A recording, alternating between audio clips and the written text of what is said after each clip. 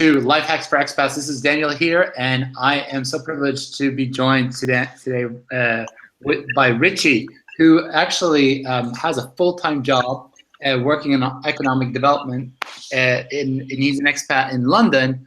However, he runs an awesome website called YoungAmericanExpat, which I'm going to ask him a little bit more about later on as well. But Richie, can you please fill us in a little bit more about, how long have you been an expat? What countries have you lived in?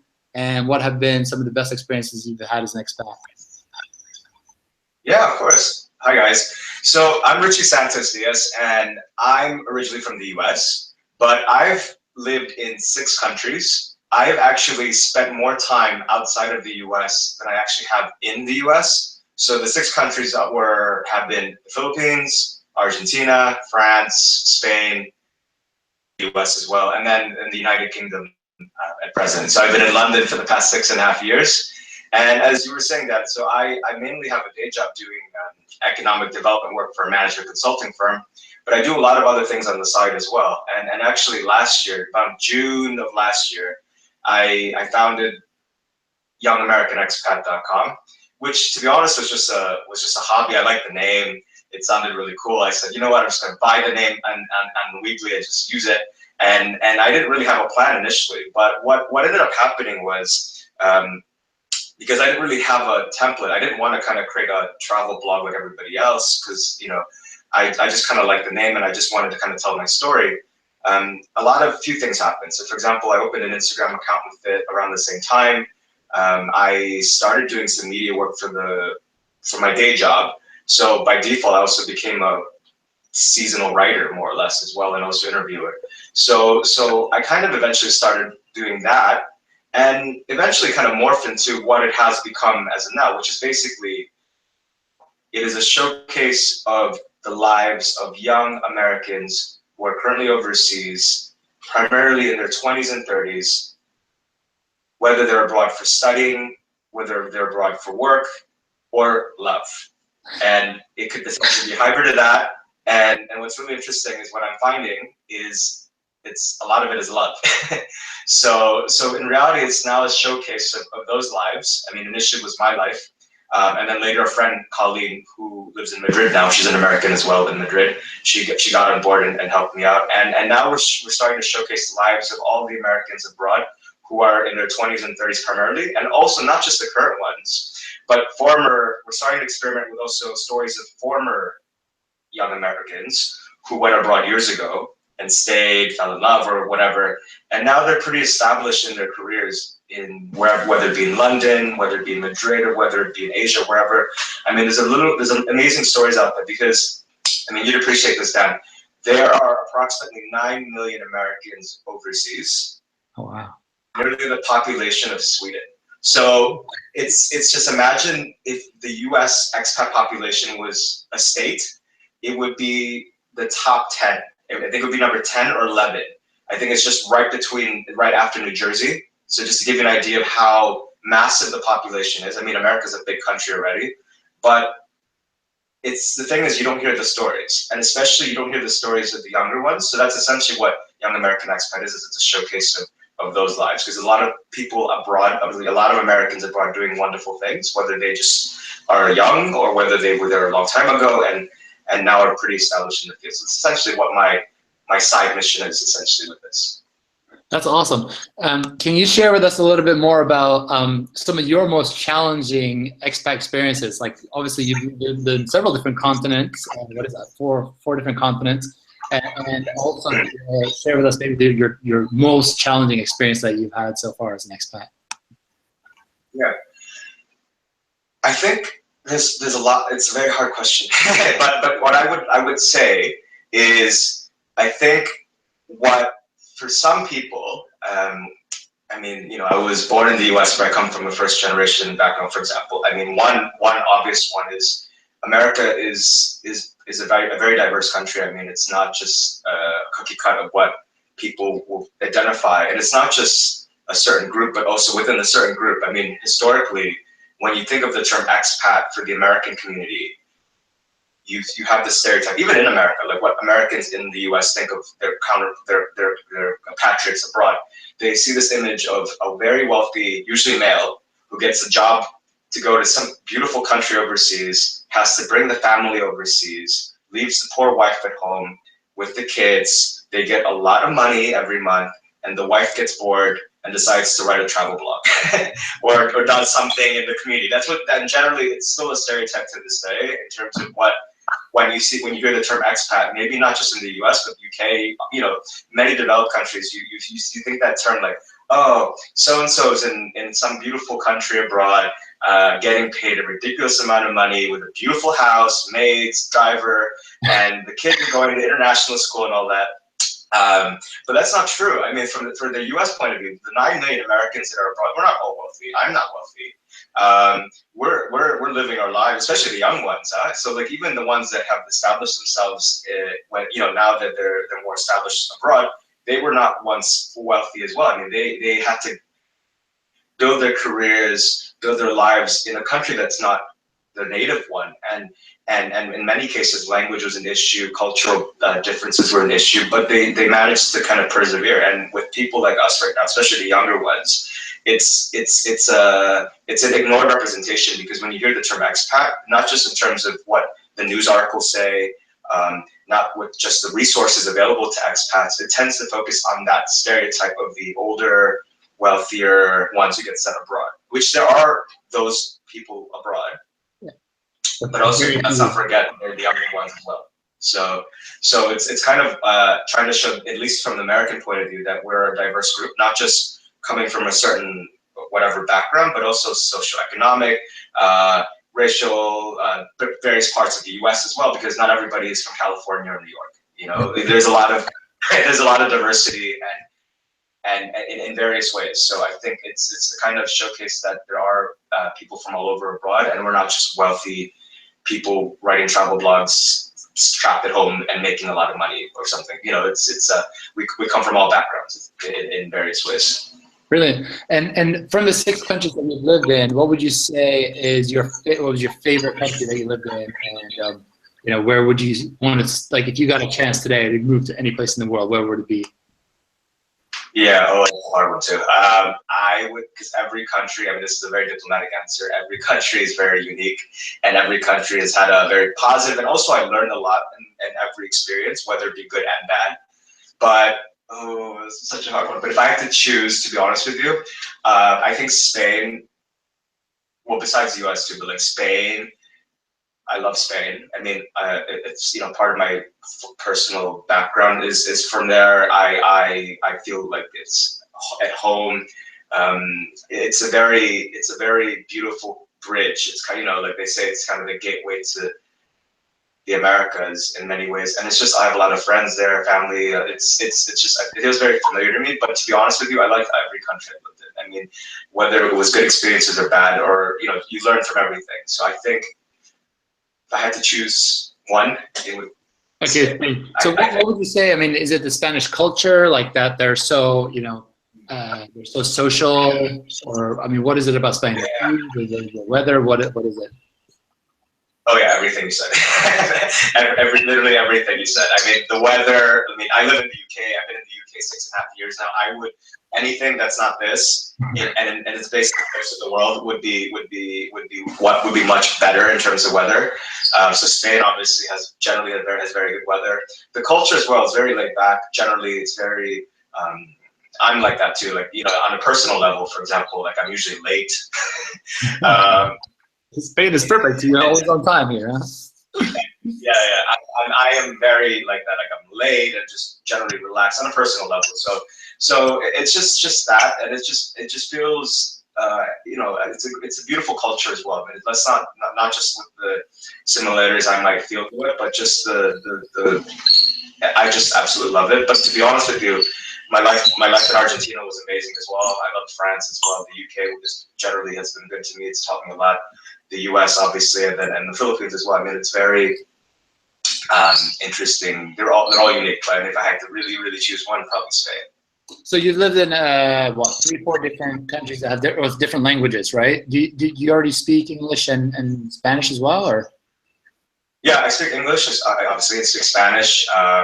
I understand fluently 2 languages from the Philippines, but I cannot speak it. Okay. I can kind of speak one. I just never really was forced to speak it, but I grew up around it, so I can understand it perfectly fine, which is, I don't know how to explain it, but some expats or some first generation children and expats might have the same kind of understanding, because it's like you've heard it, but you were never taught it, but you were exposed to it, so you could actually understand it natively, but you can't actually speak it. So I can do that with two of them. I also speak through luck, because I was in Argentina, and when I was towards the end, I was interning at a hotel for 3 months, and 90% of the clients were Brazilian from Sao Paulo, because it was a 5-star hotel, and there's Brazilians, yeah.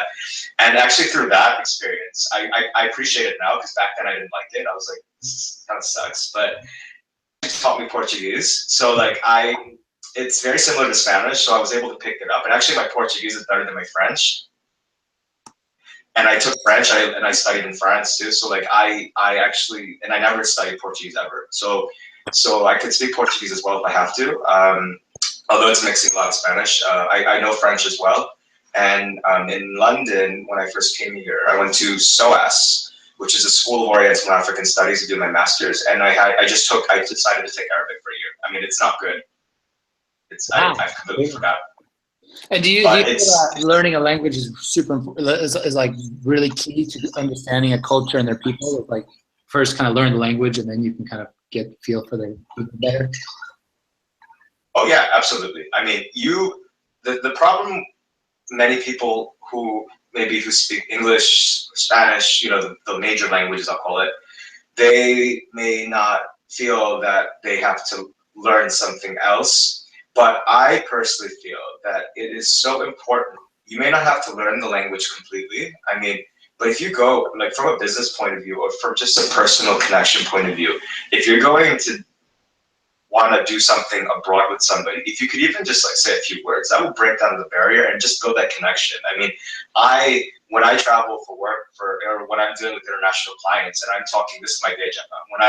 When I talk to people from Turkey or from Israel or from the Middle East, in Dubai or wherever, and I can just say a few words in their language, just a hi, how are you? Mm-hmm. You should see it. I mean, CEOs or whoever quite senior smiling, because it's like I'm making an effort. Yeah. And if you could build that connection right away, if I'm one of maybe 10 potential suppliers, I'll say, that want to sell to this Turkish or Dubai-based company, and out of the 10 people, and I'm the only one who makes an effort, he or she will remember that.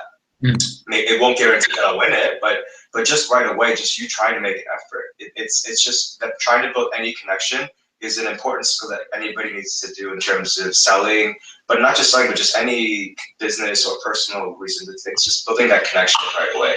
And yes, of course, if you can speak the language even better.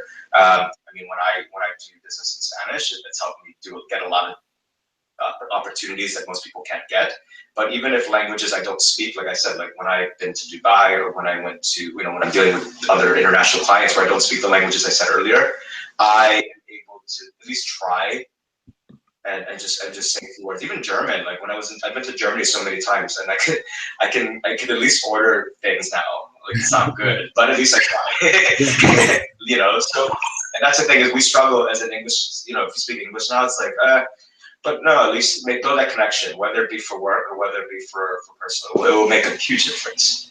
And with that, I mean, you moved to a lot of different countries. Well, obviously, you're fairly an outgoing guy and very social. Like, what are some of your tips for somebody like to kind of make friends in their new society? Do you have any websites that you'd recommend, or like any specific things to do? It's funny. So in my work, I've had to travel a lot, and most of the travel now is abroad. So I've become, in my day job, which I don't know will last forever, but like, I'm that guy that gets to go to like a country abroad in a suit at night, and I'm in the hotel bar alone, and I end up talking to like everybody. So my biggest advice, I wouldn't say is, I mean, there are a lot of resources out there. There's a lot of guides and stuff, but to be honest with you, it's that personal connection, like I was saying. Like if you could just get yourself out there, it doesn't have to be, for work, just get yourself out there and just get out of your comfort zone, and you can easily build connections. I mean, when I first came to the UK 6.5 years ago, I didn't know anybody here. I literally had to build something out of scratch because I had no one. I mean, yes, I speak English and it helped, but it's still a different culture. It's a different way of acting. I mean, like I was saying earlier, I show up late. That's not how they act here. So you just have to build that connection right away. And for as many times as you can get out of your comfort zone, whether it be abroad or whether it be in your country, just do it. Like something simple, like just have dinner by yourself. Or, just go out one night and just have dinner by yourself, or just see how it goes. Just do things to get yourself out of your comfort zone. And I think I've had the privilege because I think that was my background, where I was always forced to be out there. I mean, like I flew a plane when I was 2 months old. Like I fly to the Philippines from Chicago, so I learned how to fly a plane before I learned how to walk, I guess. So, but you always have to kind of throw yourself out there. You may not be like that, like how I was, but as long as you're kind of getting yourself out there and trying new things that you may not be comfortable with. Yeah, brilliant. And then just tell us a little bit more about the Young American Expat, your website. I mean, where are you going with this website? Obviously, you've interviewed a lot of people here already. What would you say are something you kind of learned from all your interviews? Like, is there some tips for other expats? Yeah. So, like I was saying earlier, so Young American Expat I've been kind of building it as a brand, really, and it's kind of morphed recently. I mean, it's only really been last month that we started doing case studies of people. So we've started getting a few stories from Europe primarily, and we're starting to reach out to the rest of the world slowly but surely. But what I foresee in that eventually is you never know. So I would like it in the short term to at least get a good idea of stories from across all geographies of these stories, whether it be current Americans or once were former Americans. But at the moment, we've had quite a few successes already. So, I mean, like the Instagram account is pretty popular. It's about over 6,000 at the moment. I was actually approached early this year. I wrote an article for Pi News, which is a leading international education news outlet. It's kind of like the Sports Illustrated for international education. So through that, I actually got approached by IIE Global, which is the nonprofit organization that manages the Fulbright Scholarship, the Gilman Scholarship, and they also run a Generation Study Abroad campaign, the main Generation Study Abroad campaign in the United States that is trying to boost study abroad numbers by 2020 in the US. So actually, I got approached through them earlier this year, and I'm actually through the Young American Expat, now an official commitment partner as well to that. So the story, because a lot of these stories have a study abroad component to it, because maybe they went abroad for love, or they went abroad and then they met somebody and fell in love. So through that, I've actually become a commitment partner. So at the moment, the short term really is just to get more stories out there on the website. The website has gone for rebranding. We launched a YouTube channel and a Facebook page. The YouTube channel more to just have the videos as a base for the website. And the website has a completely new look now. And like I said, for the short term, we're starting to get more stories from people, and we're getting some really interesting ones. But what I've been finding is a lot of the stories actually have a love component, which is really, really interesting. I never thought, but you do get a lot of interesting stories as well. Maybe those that went abroad for work, those that went abroad for study, but there's a lot of love component as well, and there's a lot of hybrid versions as well. Great. So if somebody is an American expat right now, can they contact you if they have kind of an interesting story? And can they go on YoungAmericanExpat.com and just contact you straight there? Exactly, yeah. So if you go on the website, there's a section called Share Your Expat Story. So just go on the website, go on Share Your Expat Story, and you have all the questionnaire that we're looking for, and just fill it out and send it back to us, and we'll review it. So it's very, very simple. And yeah, so if any American, both current ones and former, more established ones, would like to share their stories, we're very keen to hear that, and we're very keen to share it to the world. And obviously through the affiliation I have as a commitment partner now in the US, these stories are not just get shared to the US, to the Young American Expat. We're feeding it back to IIE as well, and to the Generation Study Abroad campaign as well, if it qualifies. Awesome. Well, thank you so much for your time tonight, Richie. And I look forward to connecting more with you. And for all of you viewers, you know, obviously connect with Richie, especially all of you that are American expats, and follow his work. Thank you so much for having me. All right. Awesome. Thank you.